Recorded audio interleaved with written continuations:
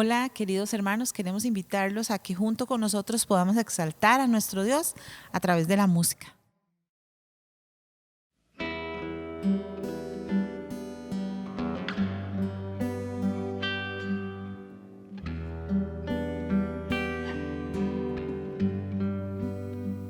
Mi alma estaba rota y herida, pero tu gracia la restauró. Manos vacías que tú llenaste, soy libre en ti, soy libre en ti. Sublime gracia del Señor, que a un pecador salvó. Fui ciego, mas hoy veo yo, perdido y Él me halló. Ahora puedo ver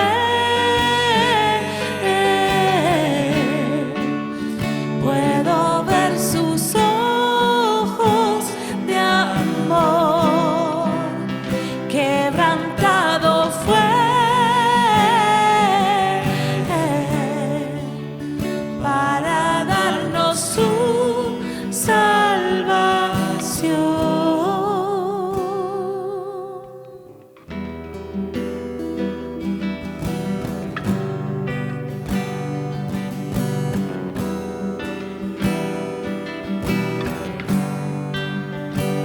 Tú no me juzgas por mis fracasos, tú me aceptas tal como soy. Toma mi vida como vasijas para mostrar tu gloria en mí. Sublime gracia del Señor, que a un pecador salvó. Fui ciego, mas hoy veo yo, perdido y Él me halló. Ahora puedo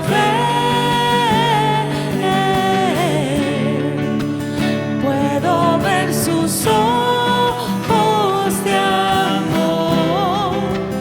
Quebrantado fue para darnos su salvación.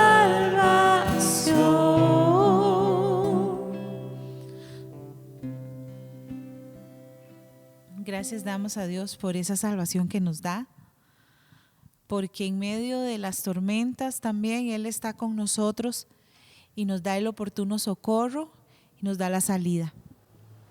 Y podemos confiar plenamente en Él, en sus promesas, en su presencia para con nosotros.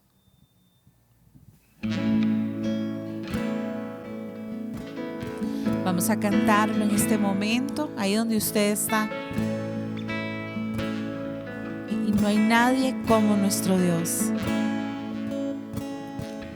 En reposo, en silencio sé que tú eres Señor. Al estar en tu presencia sé que hay restauración. Al oír tu dulce voz, te seguiré, mi Rey, mi Dios.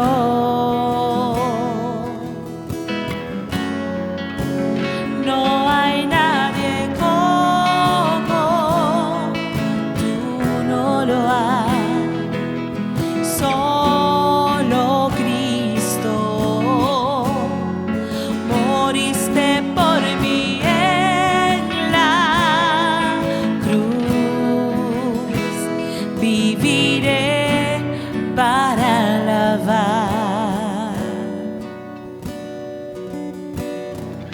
en el caos, en tormenta, sé que sigue siendo Dios.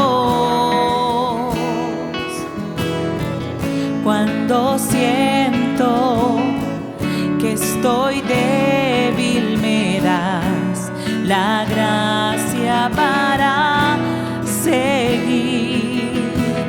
Al oír tu dulce voz,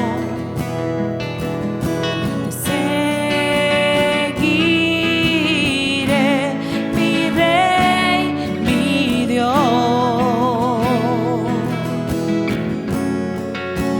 No hay nadie como tú, no lo hay.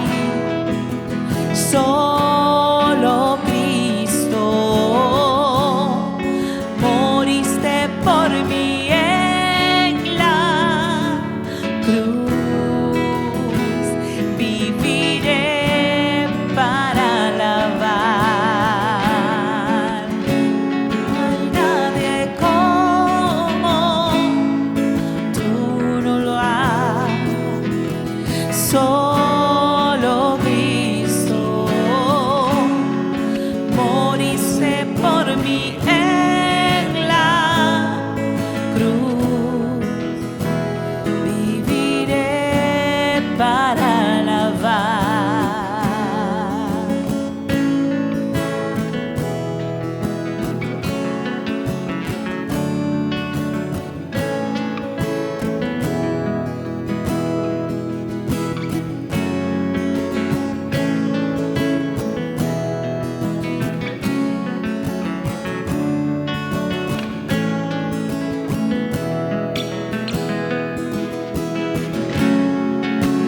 Mi deleite está en ti, mi corazón, todo mi ser. Mi deleite está en ti por siempre.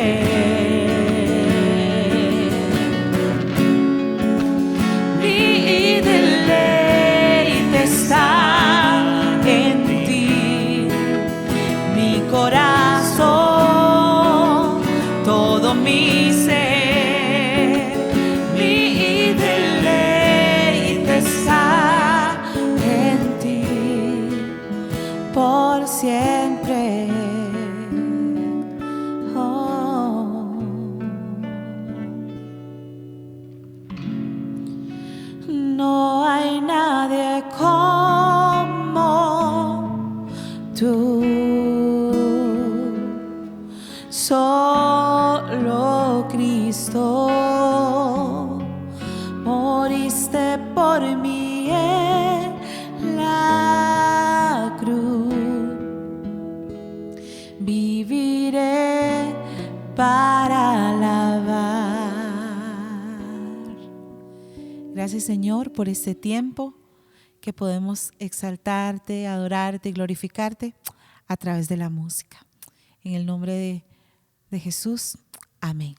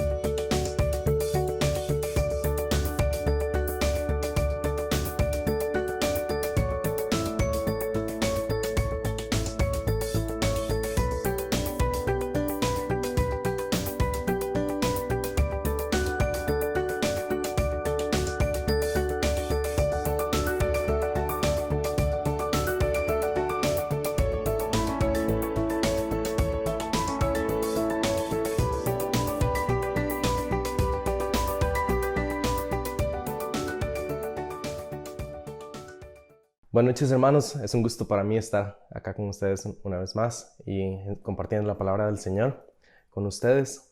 Esta noche, como hemos venido estudiando, continuaremos nuestra serie acerca de disciplinas espirituales y quisiera iniciar con una historia que leí en un libro cuando estaba preparando lo que vamos a estudiar en el día de hoy. Y la historia dice así: cuando pienso en la disponibilidad para servir, recuerdo aquel hombrecillo callado de la iglesia donde yo era parte del personal. Cada domingo su llegada era inadvertida, ya que llegaba mucho antes que los demás. Sin embargo, dejaba su viejo auto en una esquina alejada del estacionamiento, para dejarle los mejores lugares al resto. Abría todas las puertas del edificio, tomaba los boletines y luego esperaba afuera. Cuando alguien llegaba, él lo recibía con un boletín y una amplia sonrisa. Pero no podía hablar. Se avergonzaba cada vez que algún recién llegado le hacía alguna pregunta. Algo le había sucedido en su voz mucho tiempo antes. Cuando lo conocí, él tenía unos 60 años y vivía solo. Cuando tenía problemas con su auto, lo cual era muy frecuente, no le contaba a nadie y caminaba casi 2 kilómetros hasta la iglesia. A causa de su vulnerabilidad, le robaron y lo golpearon varias veces. Al menos 2 durante los 3 años que estuve en esa iglesia. Algunos miembros de la iglesia me contaron que sospechaban que había perdido su voz como consecuencia de haber sido golpeado muchos años antes. Una artritis extensa encorvaba sus hombros, impidiéndole doblar el cuello, lo cual convertía el abrir puertas y entregar boletines en una tarea muy pesada. Cada detalle de su vida sumaba a la condición de estar y ser poco conocido y permanecer en segundo plano. Incluso su nombre se llamaba Jimmy Small. Su apellido traducido al español era pequeño, algo curioso. No obstante, a pesar de sus desventajas, complicaciones, discapacidades y miles de potenciales excusas, él servía a Dios con gusto, con gozo y con alegría. Le servía de una manera disciplinada, lo cual, a la vista de Dios, no era ni poca cosa ni en vano. Hermanos, en esta ocasión vamos a estar conversando acerca del servicio. Clasificamos el servicio como una disciplina espiritual porque no es algo que salga naturalmente de nosotros. Es algo para lo cual debemos disciplinarnos para ejercer el servicio a los hermanos en amor filial y sacrificial, poniendo al otro por encima de nosotros mismos, justo siguiendo el ejemplo de Cristo. Hermanos, la historia anterior nos abre la puerta para lo que quiero que conversemos en esta noche. Vivimos en una sociedad orgullosa y dispuesta a servirse a sí misma, a pasar por encima de quien sea con tal de obtener las metas que se proponga, sin importar el bienestar de los demás. Vivimos en tiempos donde los creyentes se parecen más cada vez a cristianos egoístas que a cristianos que viven un cristianismo bíblico, que aman a sus hermanos con amor sacrificial, poniendo todo lo que son y tienen al servicio de los demás. Nos incomoda que nos pidan apoyo un fin de semana. Nos molesta si no nos dan crédito por lo que hacemos. Nos cansa tener que servir a los otros. Nos desgasta escuchar las quejas de todos a nuestro alrededor y nos desanima saber que estos que tanto se quejan son los que, en teoría, aman al Señor con todo su corazón y le sirven con gozo. Pero la historia anterior tiene algo que enseñarnos. Y es que el servir al Señor es un privilegio y un llamado que todo creyente tiene sin importar sus dificultades o fortalezas. Es algo que el Señor espera de nosotros y que nos recuerda constantemente en las Escrituras. Quiero invitarlos a que hagamos un ejercicio juntos. ¿Cuántos de ustedes tienen al Salmo 100 en sus Biblias? Si usted lo tiene, entonces tiene un llamado exhortativo por parte del salmista para servir al Señor. Y lo hacemos porque, como el mismo Salmo dice, somos su pueblo, ovejas de su prado. Y hermanos, no es solo servir, sino es servir con alegría, con gozo, sabiendo que le servimos al Rey de Reyes, al Señor de Señores. Porque como precisamente dice el salmista, Jehová es bueno y para siempre es su misericordia y su verdad por todas las generaciones. Saben, el servicio es algo fundamental en la vida cristiana. Al igual que el estudio de la palabra o la oración, el servicio viene directamente del Evangelio. El autor de Hebreos nos recuerda que Cristo derramó su sangre por nosotros para luego que nosotros podamos servir a Dios. Eso está en Hebreos capítulo 9, verso 14. Me encanta un pensamiento que escribió A.W. Tozer, quien murió en 1963 refiriéndose al servicio, y él decía: la comunión con Dios lleva directo a la obediencia y a las buenas obras. Ese es el orden divino y jamás puede revertirse. Es imposible que alguien tenga comunión con Dios y que no se mueva a servir a los demás. También el mismo Tozer, más adelante dentro de los comentarios que él hace, dice que nadie puede adorar a Dios en espíritu y en verdad por mucho tiempo sin que la obligación al servicio santo se vuelva demasiado fuerte para resistir. Hace un par de semanas conversábamos acerca de la adoración y cuando veíamos el Salmo 24 les decía que el corazón de un adorador buscaba cumplir con todo la voluntad de su Dios, agradarle a Él, servirle a Él y hacer lo que a Dios le agrada. Este tema del servicio entra precisamente dentro de las cosas que le agradan al Señor y nos damos cuenta de eso porque el mismo Señor lo pone como un mandato allá en Deuteronomio. Moisés nos escribe en Deuteronomio 10, versos 12 y 13, lo siguiente: y ahora, Israel, ¿qué requiere el Señor tu Dios, sino que le temas al Señor tu Dios, que andes en sus caminos, que le ames y que le sirvas al Señor tu Dios con todo tu corazón y con toda tu alma, y que guardes los mandamientos del Señor y sus estatutos que yo te ordeno hoy para tu bien? Notemos, hermanos, que Moisés nos lleva a través de un orden clave para que nosotros podamos entender. El primero dice que temas al Señor, luego dice que andes en sus caminos, tercero dice que le ames y por último, como resultado de esto, entonces que le sirvas. Ven que hay una conexión directa entre el servicio y el ser creyente per se. Yo no puedo servir y decir que no servir y decir que soy creyente. Ambas cosas van de la mano. Por lo tanto, como dijo un teólogo, la adoración entendida como una vida entregada al Señor que busca traer gloria a su nombre y el servicio son brazos de un mismo cuerpo o caras de una misma moneda. Ambos dependen el uno del otro. Una adoración sin servicio es una adoración incompleta porque no está llevando a la acción lo que aprende en la intimidad al buscar al Señor. Y un servicio sin adoración está incompleto de igual forma, porque está centrado en suplir necesidades por suplirlas y no con la motivación correcta, lo que hace que se vuelva árido y cansado, más que en traer gloria al nombre de Cristo. Por lo tanto, podemos decir que en la disciplina del servicio, Dios no solo busca un trabajo bien hecho, ya que incluso en el mundo podríamos decir que las personas sirven bien cuando hay una paga o una remuneración de por medio. Él nos llama a servir con humildad, porque eso nos lleva a ser semejantes a Cristo. Un punto inicial en el cual podemos reflexionar sería el siguiente: ¿dónde están cada uno de ustedes? ¿Adorando sin servir o sirviendo sin adorar? Un minuto piense en eso. Hermanos, quiero que me acompañen a la carta de Romanos, donde vamos a estar profundizando un poco más acerca de este tema. Este texto de Romanos es conocido como la carta magna de Pablo, por lo que todo creyente debe estudiarla y atesorarla en su corazón. Esto debido a que con ella podrá fundamentar firmemente su fe. En ella, en la carta a los Romanos, encontramos una exposición magistral del Evangelio. Vemos a través de las escrituras de Pablo cómo él, con puntos y comas, nos explica de qué se trata el Evangelio. Y no solo nos explica la parte teológica o etérea del Evangelio, sino que también nos explica cómo el Evangelio se ve en nuestro día a día, o lo que diríamos la parte práctica. Pablo divide esta carta en dos grandes secciones. La primera, donde nos va a explicar todas las verdades del Evangelio, desde los capítulos 1 hasta el capítulo 11, y luego nos va a decir cómo se lleva esto a la práctica, desde el capítulo 12 hasta el capítulo 16. Y hoy particularmente quiero que me acompañen a Romanos capítulo 12, que como les dije, es el inicio de la parte práctica de lo que Pablo nos va a decir. En este pasaje de Romanos 12 quiero que podamos observar tres verdades acerca del servicio. Número 1, el servicio nace de una vida entregada completamente a Dios. Número 2, el servicio se hace con una conciencia de quién soy y por ende en humildad. Y número 3, el servicio se hace siguiendo el ejemplo de Cristo.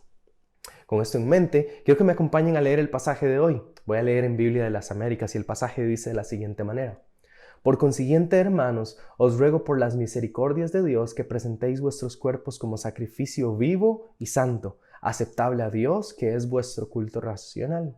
No os adaptéis a este mundo, sino transformaos mediante la renovación de vuestra mente, para que verifiquéis cuál es la voluntad de Dios, lo que es bueno, aceptable y perfecto.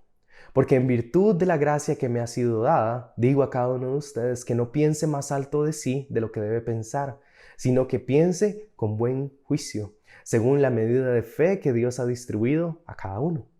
Pues así como en un cuerpo tenemos muchos miembros, pero no todos los miembros tienen la misma función, así nosotros, que somos muchos, somos un cuerpo en Cristo e individualmente miembros los unos de los otros.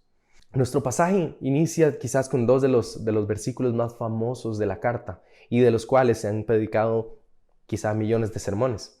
Estos dos pasajes, lo que Pablo nos está tratando de hacer, o lo que Pablo está tratando de hacer, es llamar a la acción a los romanos, llevarlos a que vivan una vida entregada en plenitud al Señor, apelando a la gracia que han recibido por el Evangelio que Él ha explicado en los primeros 11 capítulos.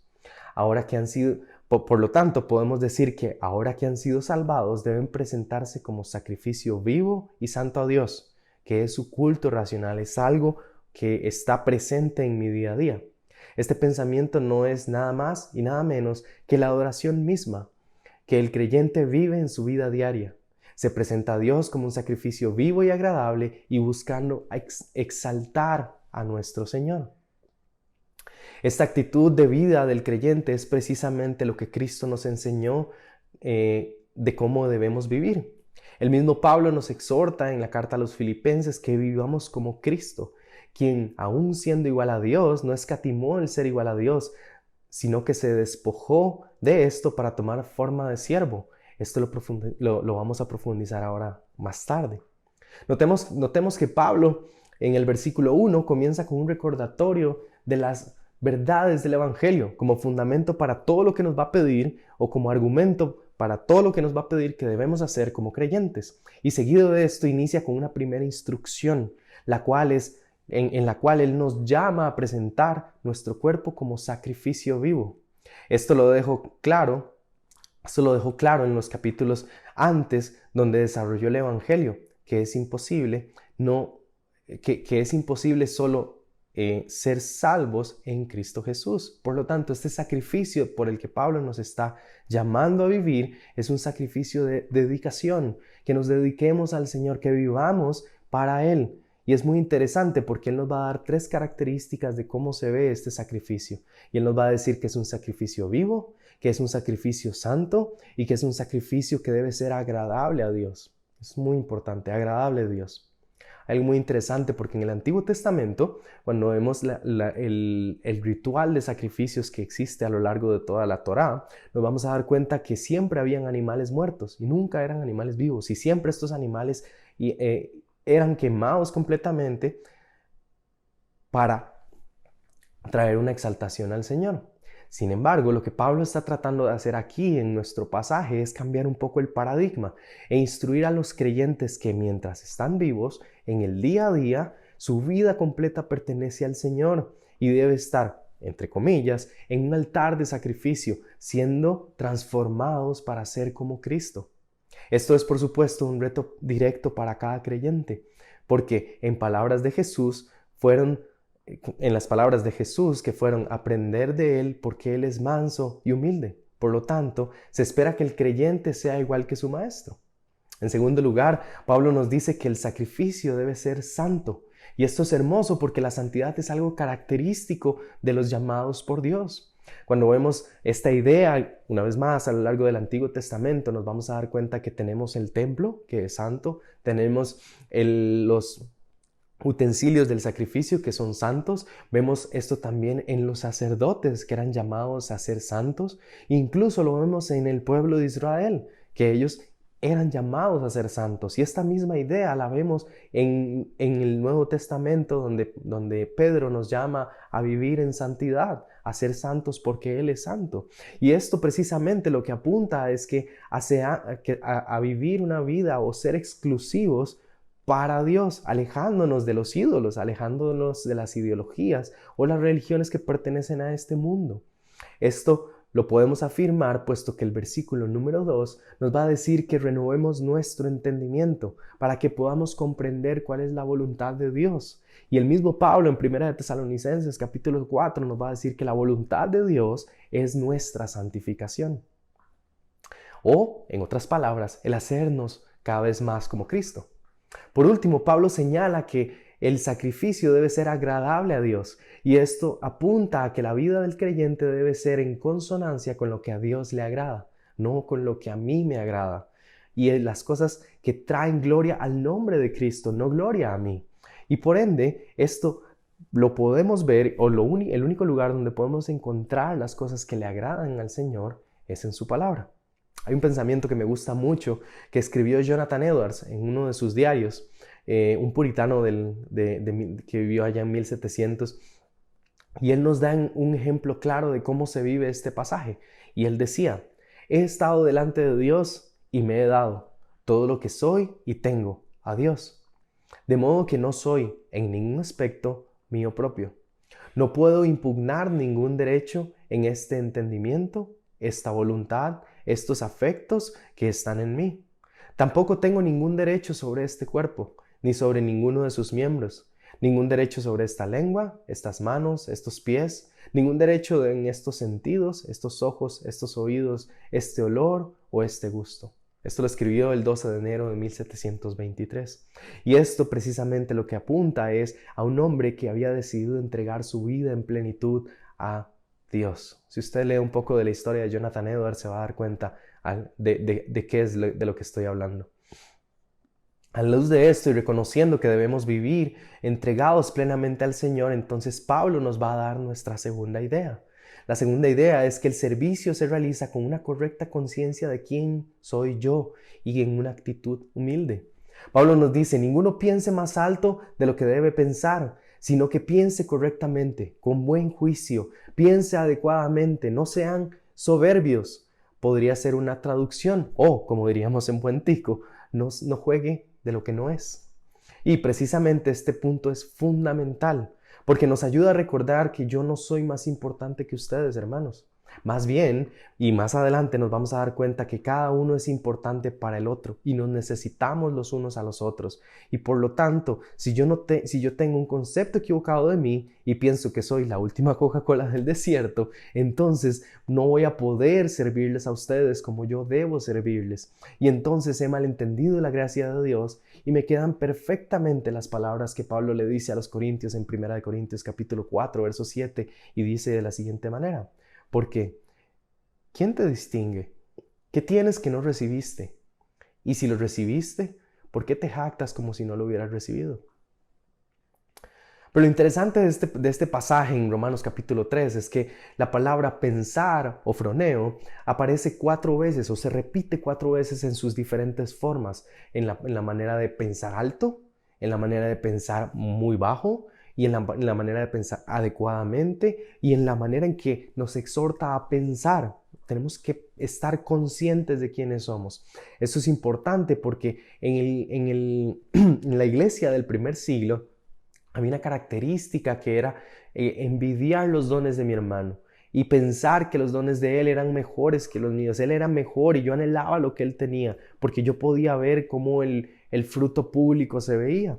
Y en lugar de eso, lo que Dios estaba diciendo, lo que Dios anhelaba era que ellos se pudieran dar cuenta de cómo Dios en su gracia y en su soberanía les había dado un don particular que tenía una importancia particular también. Entonces, en lugar de estar mirando al hermano que tenía el don X, yo tenía mi propio don y yo tenía que usarlo para el crecimiento de la iglesia, para servir a mis hermanos.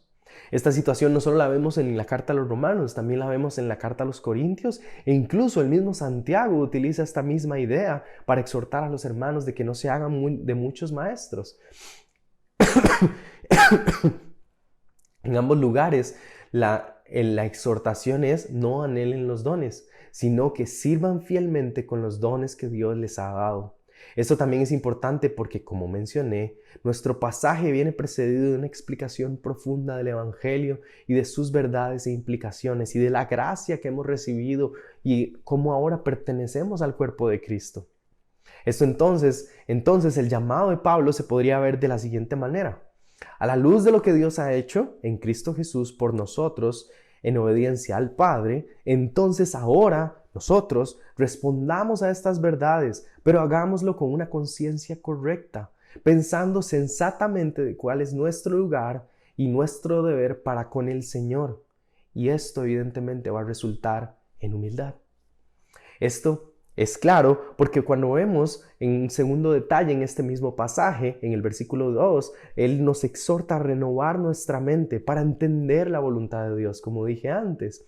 En la medida en que nosotros renovamos nuestra mente con la palabra de Dios, entonces vamos a pensar sensatamente de nosotros mismos. Vamos a entender cuál es nuestro lugar, vamos a entender quiénes somos delante de Dios y vamos a entender quién es el Dios Santo y cuál es mi posición. Y ahora que estoy en Cristo, cómo yo pertenezco a mis hermanos y debo servirles. En la medida correcta que yo pienso quién es Dios y entiendo quién es Dios, entonces pienso correctamente de mí y ahora entonces sirvo a mis hermanos. ¿Ven esta lógica? Sí, Dios, yo, mis hermanos. Entonces, esto en el pensamiento de Pablo es las verdades del Evangelio, yo debo profundizar en ellas, yo debo pensar en ellas, yo debo estar activamente estudiándolas, porque como podría decir Pablo en un momento de su vida, una buena teología o entendimiento de quién es Dios resulta en un cristiano activo que constantemente renueva su mente y está atento al servicio del Evangelio y en la iglesia. Está atento a suplir las necesidades de sus hermanos, sin importar cuál sea el costo o el precio. Ahora bien, otro punto clave a resaltar en este pasaje es que Pablo nos habla acerca de la fe. Lo interesante es que no nos está hablando de la fe salvadora. Podríamos confundirnos y pensar que está hablando de eso. Sin embargo, la fe salvadora ya la desarrolló en los 11 capítulos anteriores. En este pasaje y en este contexto particular, esta fe se trata de la fe que se necesita para ejercer el don que Dios me ha dado. Entonces, un ejemplo que podemos utilizar para entender esto es cuando un maestro de las Escrituras está confiando o tiene fe en el Señor de que el Señor es quien lo está guiando mientras está estudiando y es quien lo guía mientras está preparando el sermón o el mensaje que va a dar a los otros hermanos, ejerciendo su don y además descansa con fe en que el Señor hará la obra una vez que Él haya expuesto fielmente las Escrituras. De igual manera, un hermano que necesita fe para ser misericordioso y confiar en que el Señor proveerá para él y para suplir las necesidades de otros. O incluso una persona que mueve bancas necesita fe para confiar en que el Señor es quien ve la obra que Él hace y no buscar el reconocimiento de los seres humanos y más bien esperar la recompensa de nuestro Señor que ve en lo secreto y que está en los cielos y que lo recompensará cuando Él esté en su presencia. Esta exhortación lo que busca más bien es llevarnos a hacernos una pregunta fundamental. Y la pregunta es, ¿cómo puedo hacer el mejor uso de mi don para poder beneficiar a cada uno y a todos en general? La respuesta a esta pregunta denotará qué tan dispuestos estamos y qué tan entregados estamos al Señor en lo que somos, tenemos y hacemos.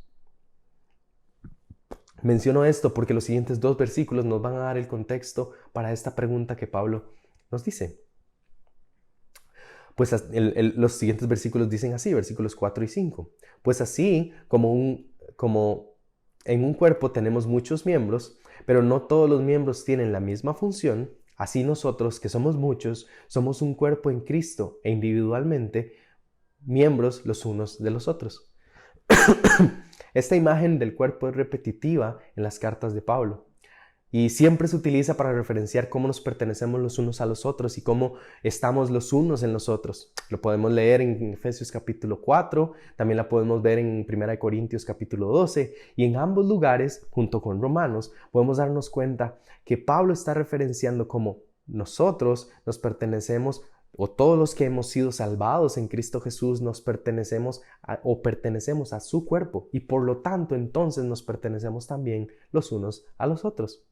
Particularmente aquí la ilustración tiene la intención de mostrar cómo la capacidad creativa de Dios nos da diferentes formas de su gracia. Si ponemos atención, el énfasis de Pablo está en que sí, somos muchos miembros en Cristo, pero también somos personas diferentes, tenemos personalidades diferentes y cada uno de nosotros cumple un rol particular dentro del cuerpo de Cristo. Por lo tanto, tenemos cada uno habilidades o dones diferentes. Incluso si pudiéramos decir que tenemos el mismo don, aun cuando vemos ese don puesto en práctica, nos vamos a dar cuenta que es diferente, precisamente porque nos muestra la capacidad creativa de nuestro Dios. Si nosotros nos ponemos a mirar a nuestro alrededor en nuestra iglesia, nos vamos a dar cuenta que vamos a tener personas y damos testimonio precisamente de esta gracia creativa de Dios, porque en el cuerpo vamos a tener diferentes etnias, diferentes trasfondos sociales, diferentes colores de piel, incluso diferentes edades. Esto muestra cómo el cuerpo está repleto de variedad. Lo interesante es que cuando se utilizan estas características o esta imagen del cuerpo, Pablo la está usando como base para explicarnos esta capacidad creativa. Ahora déjenme explicarme un poquito más con esto. Si pensamos por un momento, la mayoría de nosotros tiene 2 manos. Y sin embargo, nosotros podríamos decir que ambas manos son iguales. Sin embargo, podemos decir ambas manos tienen 5 dedos, tienen uñas, tienen palmas, tienen falanges. Cada una de ellas es prácticamente igual si las miramos desde lejos. Pero cuando empezamos a mirar detalladamente nos vamos a dar cuenta que ambas manos son diferentes. En mi caso, por ejemplo, mi mano izquierda tiene un par de lunares sobre la palma, cosa que mi mano derecha no tiene. Ya con solo eso, ambas manos generan una diferencia. Y estas diferencias leves me muestran la capacidad creativa de mi Dios. Ahora, si llevamos esto al plano de lo que venimos hablando, del servir con nuestras habilidades a los hermanos, si bien ambas manos cumplen el mismo rol, entre comillas, ambas manos son necesarias para que mi cuerpo se desenvuelva en plenitud. No es lo mismo tratar de escalar una montaña o escalar una pared con una sola mano, así yo tengo mis 2 manos en funcionamiento. Esto nos ejemplifica lo que digo.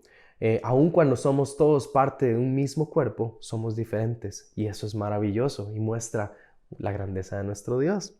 El uso de estos ejemplos de las manos nos hace y nos muestra precisamente el tema de los dones y sin embargo esos mismos en la práctica, como decía, se ven diferente. Hermanos, a la luz de esto quiero retarlos a considerar algo, entender que ustedes son necesarios para la iglesia, no son indispensables, pero porque el cuerpo de Cristo lo sostiene Cristo mismo y no nosotros, pero sí necesarios. Y menciono que el no indispensable es porque, como vimos en el versículo 3, debemos pensar correctamente de nosotros mismos. Pero cuando nosotros no estamos sirviendo a la iglesia, cuando no estamos amando a nuestros hermanos de manera sacrificial y poniendo nuestras habilidades y dones al servicio de los demás, estamos privando a la iglesia de lo que Dios puede hacer a través de nosotros con los dones que Él mismo puso en nosotros, que Él mismo, con la gracia especial que Él ha puesto en nosotros. Por lo tanto, si ponen atención, lo que les estoy llamando a hacer es que nos pongamos a servir a nuestros hermanos. Recordemos la historia con la que iniciábamos. Este pequeño hombre que no hablaba delante de 1000 personas, tampoco se paraba y predicaba en las plazas y para que mucha gente lo escuchara. No, él simplemente lo que se dedicaba era a abrir la iglesia y dar volantes, sirviendo a sus hermanos fielmente, constantemente, cumpliendo la tarea que él esperaba y tenía que cumplir. Ahora, ¿por qué esto es importante? Porque nos da un ejemplo de servicio. El servicio no siempre es vistoso, el servicio no siempre es algo que merece ser aplaudido, no, el servicio muchas veces es sacrificial y muchas veces es donde nadie me ve. Noten también que en ninguna parte de los versículos que acabamos de leer, Pablo está obligando a nadie a servir. Sin embargo, él da por sentado que las personas que lo están leyendo son creyentes en Cristo Jesús y que Cristo es el centro de sus vidas. Por lo tanto, entonces, viven vidas entregadas plenamente al Señor y por ende quieren mostrar ese amor al Señor sirviendo al cuerpo de Cristo. Esa misma idea está presente en el pensamiento de Pedro y lo notamos en su primera carta cuando él dice: cada uno, según el don que ha recibido, ministrelo a otros, como buenos administradores de la multiforme gracia de Dios. Primera de Pedro, capítulo 4, verso 10. Como ven, hermanos, para los apóstoles, el conocer al Señor y recibir su gracia deriva en una vida que quiere glorificar a Dios, vivir para Él y servir a su cuerpo, servir a su iglesia.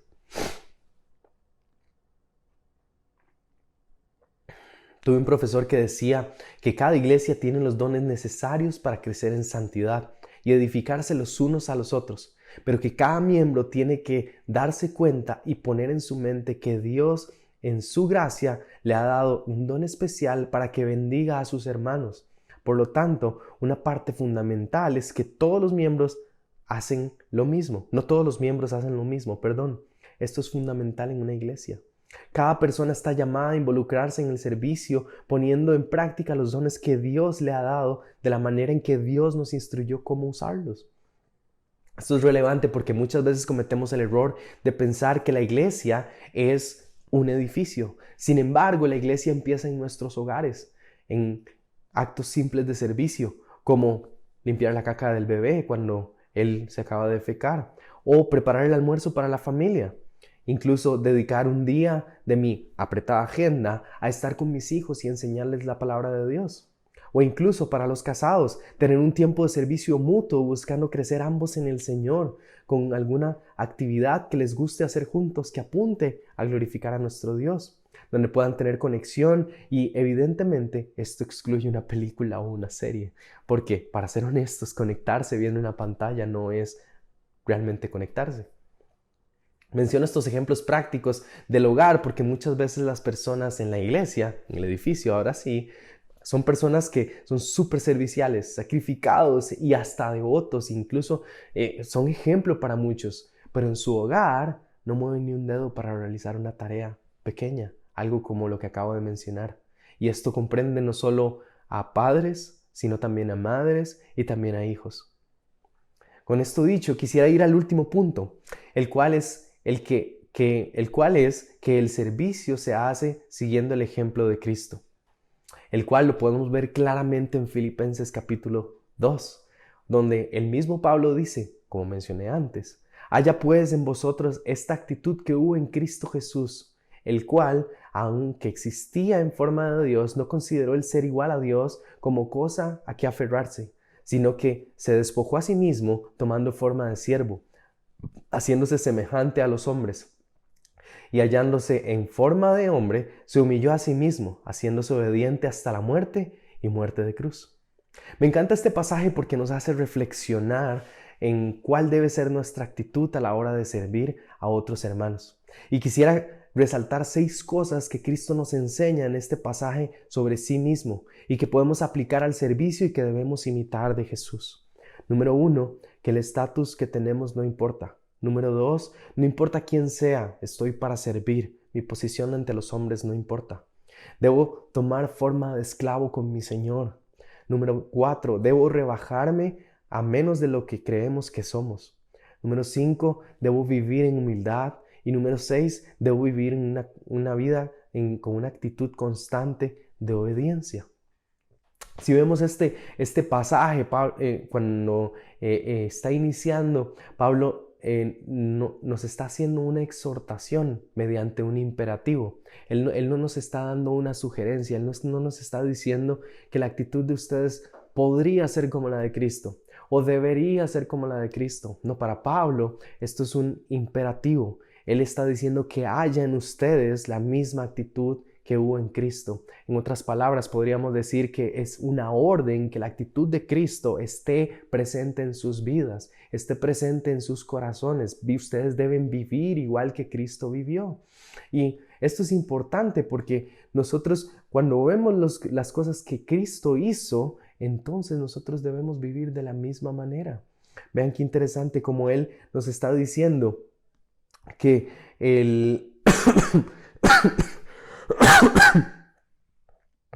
que el creyente en los 4 pasajes anteriores a este, vive una vida o está buscando vivir una vida en consonancia con el Evangelio.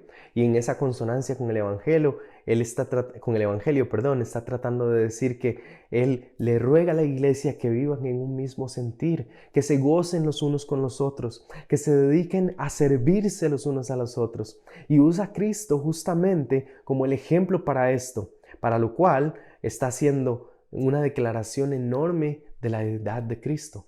Él no solo llega y dice, observen a Pablo que hace lo que hace. No, él pone un estándar mucho más alto que él mismo. Él pone a Cristo mismo como estándar. Él nos dice que aun cuando Cristo existía como Dios, Él existía desde la eternidad. Esto evidentemente nos debe resonar o nos debe hacer remontarnos a las palabras de Juan en Juan 1:1 al decir que en el principio era el Verbo y el Verbo estaba con Dios y el Verbo era Dios, para ponernos en perspectiva y decirnos, si el Verbo de Dios que estaba en la eternidad pasada y que ha estado ahí siempre y que estuvo presente cuando todo llegaba a existir, y que era el mismo, el que tenía el estatus más alto que significa estar sentado a la derecha del Padre, vivió una vida de siervo despojándose de todo esto. Entonces, una pregunta, ¿quiénes somos nosotros para no servir a nuestros hermanos sacrificialmente? Esto, hermanos, es un golpe directo a nuestra mentalidad individualista. ¿Recuerdan al hombrecillo que les conté al inicio? Él muestra esta actitud de servicio para con sus hermanos, sin importar el estatus que tengo o si soy conocido o no. No importa si me ven adelante o no me ven adelante. Lo que importa es servir a mis hermanos, sacrificarme por ellos, estar a disposición de ellos. Luego Pablo nos dice que Cristo tomó forma de siervo, y es muy interesante porque la palabra siervo que vemos en nuestras Biblias realmente no es la palabra siervo, o la traducción correcta no es esta. La palabra que hay detrás en el griego es la palabra doulos, que apunta a un esclavo, y debería traducirse de esa manera. Que de nuevo, pensando un poco en lo que los filipenses debieron haber escuchado al decir que el Rey del universo, el Creador, el que acabo de decir que estuvo presente en el momento de la creación, nuestro Salvador Jesús se hizo esclavo para servir. Entonces, una vez más les pregunto, ¿quiénes somos nosotros para no servirnos? De ahí Pablo brinca y trata con la posición y dice que Cristo se despojó de su deidad y se rebajó haciéndose hombre. Piensen, hermanos, por un momento, el Dios del universo se rebajó a ser un ser humano, como ustedes y como yo, que para nosotros es un gran beneficio, por supuesto, porque gracias a eso es que tenemos un Salvador. Pero desde la perspectiva de Cristo, esto es humillante y es rebajarse a algo temporal y finito. Lo infinito haciéndose pequeño, el omnipotente haciéndose débil para servir a su pueblo. Entonces, una vez más, ¿quiénes somos nosotros para no servir a nuestros hermanos? Creo que hasta aquí voy siendo claro con la idea. Si no, déjenme agregar un punto más. Cristo en su humanidad vivió en obediencia al Padre y mientras cumplía el plan de salvación que había sido conversado o marcado desde la eternidad pasada, servía a los suyos con compasión y amor sacrificial, viviendo una vida perfecta y que sí, efectivamente, nosotros no podemos vivir igual porque somos pecadores. Pero sin embargo, Él nos está enseñando cómo es que espera que nosotros vivamos. Haciéndose hombre y humillándose en obediencia, vivió sirviendo a otros. Entonces, hermanos, una vez más, Él nos marca la ruta por donde caminar, nos marca la cancha por donde debemos ir. Y una vez más, la pregunta de nuevo, ¿quiénes somos nosotros para no servir a nuestros hermanos sacrificialmente? Y hermanos, como dije, este servicio es una disciplina. La disciplina del servicio existe o se llama disciplina porque debemos disciplinarnos a hacerlo y debemos seguir el ejemplo de Cristo Jesús, que incluso les dejó este mandamiento a sus discípulos en Juan capítulo 13, cuando tomó una toalla y le lavó los pies a sus discípulos, uno a uno, haciendo lo que los esclavos hacían, limpiar los pies de los visitantes, haciendo para ellos la tarea más humillante que se podía hacer para darnos el ejemplo supremo de servicio Y cerrando con estas palabras en Juan capítulo 13, versos 14 al 16. Pues si yo, el Señor y el Maestro, os lavé los pies, vosotros también debéis lavaros los pies los unos a los otros, porque os he dado el ejemplo, para que como yo os he hecho, vosotros también hagáis. En verdad os digo, un siervo no es mayor que su Señor, ni un enviado es mayor que el que le envió. Quisiera cerrar en esta noche con un par de preguntas para que podamos reflexionar y ustedes me acompañen en esto. La primera pregunta que quisiera hacerles para que podamos pensar es: ¿estoy sirviendo a los demás? ¿Estoy sirviendo a los que tengo a mi alrededor sacrificialmente o estoy siendo egoísta? La segunda pregunta sería: ¿estoy sirviendo como Cristo espera que yo sirva? Es decir, en humildad y obediencia a mi Señor, buscando traer gloria a su nombre. Y la tercera pregunta: si no estoy sirviendo, ¿qué voy a hacer al respecto en los próximos 7 días? ¿Qué les parece si me acompañan y oramos para cerrar en esta noche? Señor, te damos gracias por tu palabra, Padre. Gracias porque en ella podemos encontrar salvación, porque en ella nos santificamos, porque en ella te encontramos a ti, Señor, porque en ella encontramos la manera de vivir que te agrada, porque en ella encontramos la forma en que tú quieres que nosotros vivamos y nos sirvamos los unos a los otros.